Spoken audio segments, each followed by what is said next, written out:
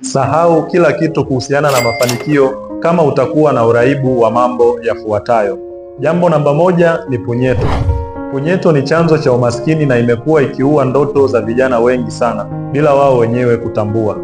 Unavyokuwa na ndoto kubwa na malengo ya kutimiza ndoto zako, lakini una mchezo huu wa kupiga punyeto, tambua ya kwamba mchezo huo utakuweka mbali na mafanikio, kwa sababu punyeto inasababisha tabia ya kugairisha mambo. Kitaalamu tunaita procrastination.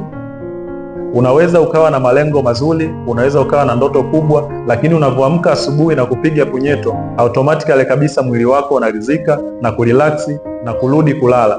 Kama una tabia hiyo, tambua kabisa inaweza kukuweka mbali na mafanikio kama usipoamua kuacha leo hii. Kabla sijakutajia jambo la pili, hakikisha unanifollow, lakini usisahau kushare video hii ili iweze kuwafikia wanaume wengi iwezekanavyo.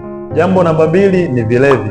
Kama una uraibu wa kilevi chochote, aidha iwe pombe, iwe sigara, iwe bangi au makahaba, tambua kabisa tabia hiyo inakuweka mbali na mafanikio, kwa sababu ukiwa na uraibu katika vilevi, automatically kabisa utakuwa na matumizi mabaya ya pesa, hali ambayo inakuweka mbali na mafanikio. Kama haujanifollow, hii itakuwa ni mara yako ya mwisho kuniona, hivyo hakikisha unanifollow ili uweze kuona video zangu pindi zinavyotoka. Asante kwa kunisikiliza. Naitwa Dr. Juma, tukutane katika video ijayo.